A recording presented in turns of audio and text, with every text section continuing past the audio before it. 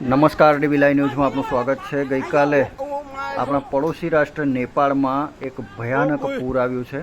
ચીનમાં એક પહાડનું ગ્લેશિયર તૂટવાના કારણે ત્યાંથી જે આ એવલોન્ચ અને ભૂસ્ખલન થવાના કારણે ભારે પૂર અને તબાહી મચી ગઈ છે। નેપાળની અંદર આ પૂરના કારણે લગભગ 2000 જેટલા લોકોના મૃત્યુ થવાની આશંકા સેવવામાં આવી રહી છે અને એમાં 300 કરતાં વધારે ભારતીય પ્રવાસીઓનો પણ સમાવેશ થતો હોવાની આશંકા છે।